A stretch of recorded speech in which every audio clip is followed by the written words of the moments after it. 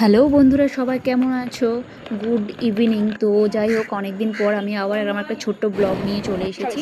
তো আমরা এখানে দেখতেই পাচ্ছ যে 4 জন বন্ধু মিলে বেরিয়ে পড়েছি মৌসুনী আইল্যান্ডের উদ্দেশ্যে। তো এখানে আমরা হঠাৎই একদিন প্ল্যান করলাম। তো ভাবলাম অনেকদিন কোথাও যাওয়া হয় না, টাইম স্পেন্ড করা হয় না একসাথে। তো ঠিক করলাম যে চল সবাই ঘুরে আসি। তো আমরা ঠিক করলাম মৌসুনী আইল্যান্ডে যাব। তো এখানে তোমরা দেখতেই পাচ্ছ আমাদের হাসি ঠাট্টা কথা গল্প সব চলছে যেতে যেতে।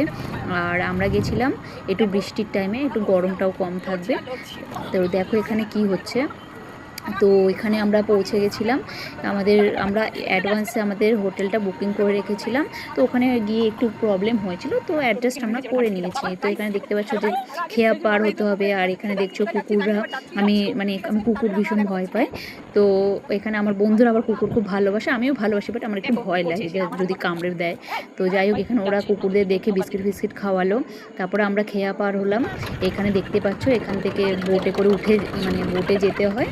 ও তারপরে এখানে টোটোতে উঠলাম। টোটো থেকে ভালোই টাইম লেগেছে আমাদের, প্রায় 45 মিনিট মতো আমরা টোটোতেই ছিলাম। তারপরে এই দেখতে পাচ্ছ আমাদের হোটেলের ভিউটা খুব সুন্দর, একদম সমুদ্রের ধারে আমাদের হোটেলটা ছিল। এখানে আমরা রুমটা ভালো করে চেক করে নিলাম পরিষ্কার পরিচ্ছন্ন আছে কি না।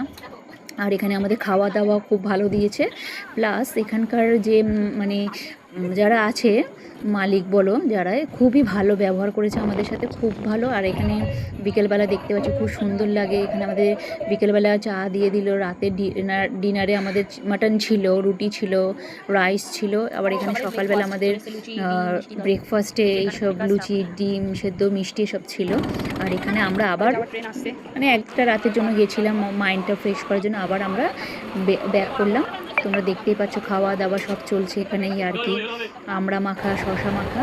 তো আমার এই ভিডিওটা তোমাদের কেমন লাগলো অবশ্যই জানিও। তো ঠিক আছে, টাটা, বাই বাই।